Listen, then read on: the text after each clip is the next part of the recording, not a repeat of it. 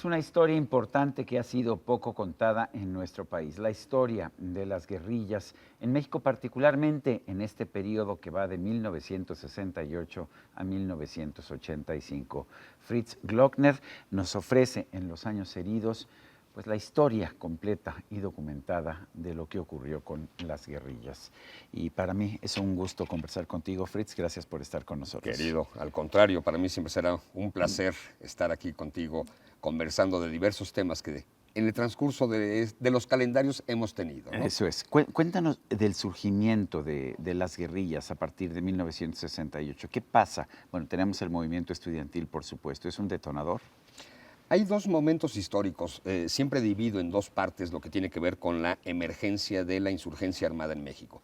Por un lado, entre 1963 y 1965 existe la irrupción de la guerrilla rural, donde el cierre de los cauces legales provoca que ciertos grupos campesinos, o en este caso, en el caso de Lucio Cabañas, grupos de maestro normalista rural, tengan que irse a la autodefensa. Y eso provoca que posteriormente generan la cuestión de la ofensiva armada. En el caso de los estudiantes, también se había dado de alguna u otra manera el golpeteo y la represión. 1958-59, el ejército toma el casco de Santo Tomás del Politécnico Nacional y curiosamente no se generó este escándalo como sí sucedió 9 años después, en septiembre del 68, cuando el ejército toma Ciudad Universitaria. Entonces ya venían cercándose, digamos de alguna forma, la represión alrededor de los estudiantes.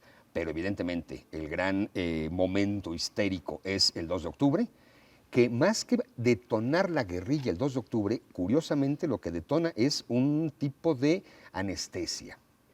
Pero el 10 de junio del 71 ya es la gota que derrama el vaso, cuando definitivamente los jóvenes ya un poco radicalizados a partir de lo que venía desde los años 50 y sobre todo del 68, optan por vislumbrar que no existía otra opción que no fuera las armas como medida para cambiar las estructuras del país.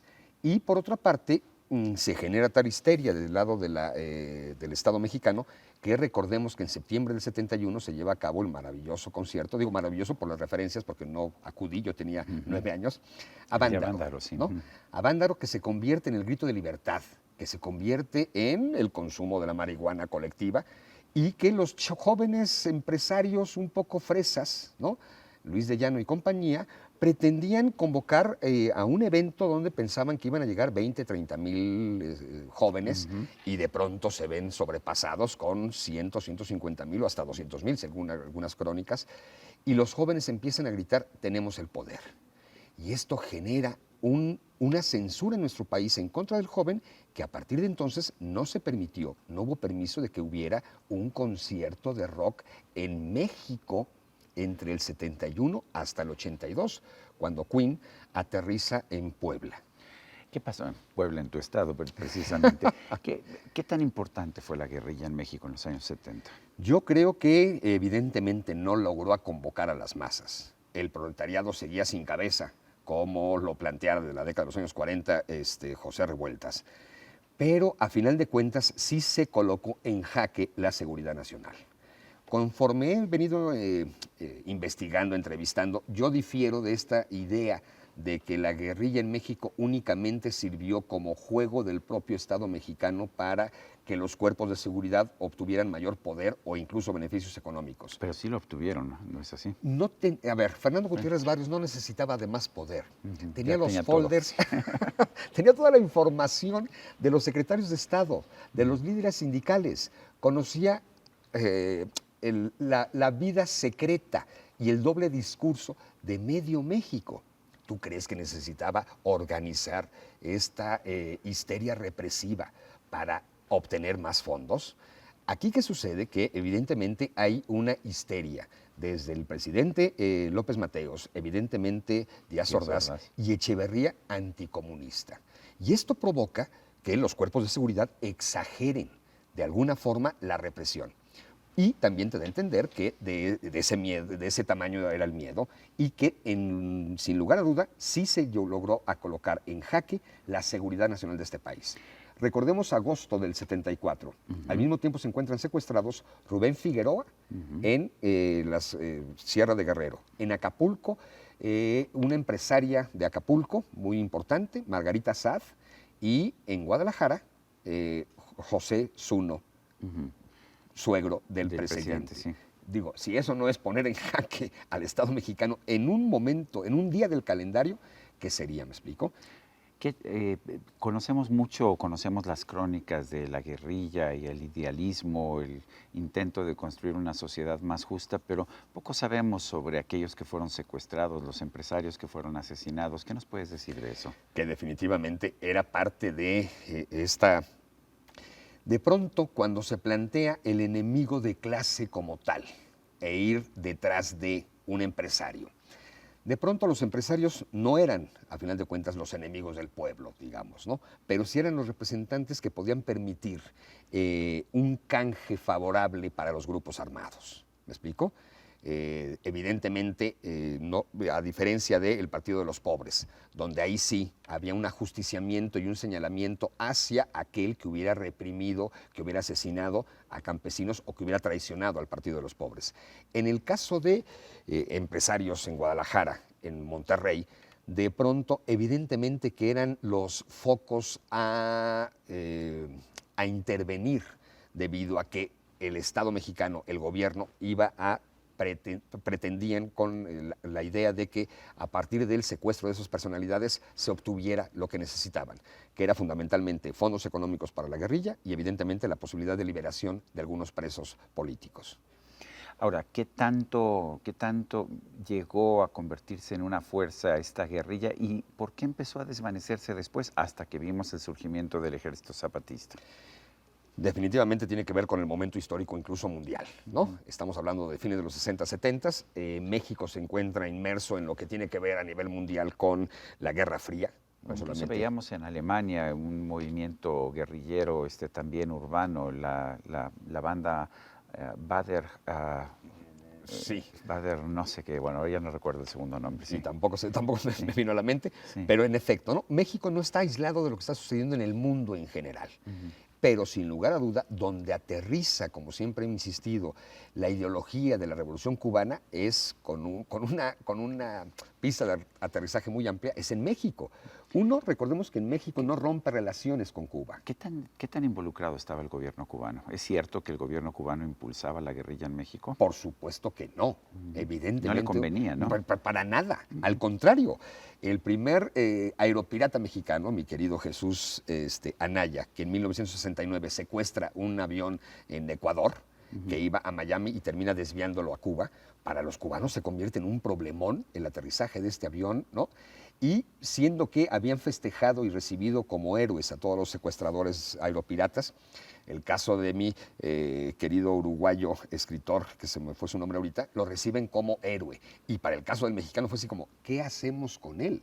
Hubo de inmediato comunicación entre el Estado Mayor de Seguridad de Cuba con el Estado de Seguridad mexicano de ¿qué hacemos? ¿Lo recibimos? ¿Cómo lo recibimos? ¿Qué hacemos con él? Y luego cuando empiezan a emigrar los excarcelados a partir del secuestro del rector de la Universidad de Guerrero, con el secuestro de Genaro Vázquez Rojas, o cuando las FRAP secuestran al cónsul norteamericano en Guadalajara, que esto provoca la excarcelación de 30 guerrilleros y todos van a dar a Cuba, el gobierno cubano se ve en la encrucijada de ¿qué hacemos con ellos?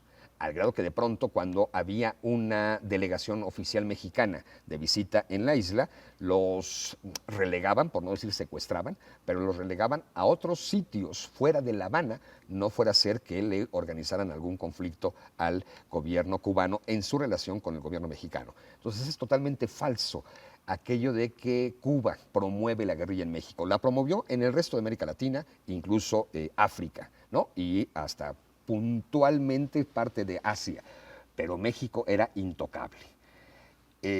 Me atrevo a decir incluso, por datos del intercambio comercial, de que tal vez si hasta Cuba proporcionó información de cuando algunos jóvenes mexicanos intentaban irse a instruir como guerrilleros a Cuba.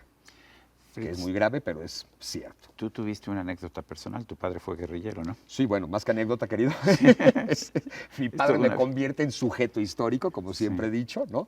¿Qué tiene que ver con esta historia de cómo la historia irrumpe en tu comodidad? En tu vida personal. Siempre he dicho, 6 meses antes de que mi padre abandonara la familia, yo estaba en Disneylandia, querido, ¿no? O sea, éramos clase media alta, mi padre dueño de un hospital, pero evidentemente con el cultivo de un tipo de ideología.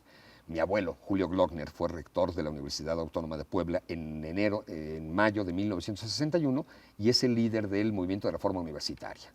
Por lo tanto, la educación sentimental que recibíamos, ¿no? Bueno, que recibe mi padre en su momento y luego yo que recibo a partir de mi abuelo y de mi padre, siempre he dicho que la educación sentimental genera tu ideología, tus creencias. Si en tu casa había un póster del Che, pues ¿en qué te ibas a convertir? ¿Había un póster del Che en tu Sí, casa? sí, claro, ¿no? En los 60s. Y si en la casa de mis queridos amigos de ultraderecha, FUAS, del Frente Universitario Anticomunista en Puebla, había una fotografía de Franco, pues ¿en qué se iban a convertir? ¿No? O sea, de pronto es como obvio hacia dónde vas a dirigir tus arterias de vida. Y en este caso, evidentemente la determinación de mi papá no tuvo que ver con que estuviera hastiado de su vida cómoda de pequeño burgués poblano, sino que evidentemente tuvo que ver con la construcción de buscar la justicia y de no estar conforme con lo que estaba pasando en su país. Así como también siempre he insistido en que tuvo que ver con el amor a sus hijos. ¿Cuál es la moraleja? ¿Cuáles son los resultados, los saldos después de estos años de guerrilla? Sobre todo cuando los ves a la distancia como lo estás haciendo aquí. Yo creo que por desgracia provocó la apertura y el desmoronamiento en parte de los cimientos del Estado mexicano tan cerrado.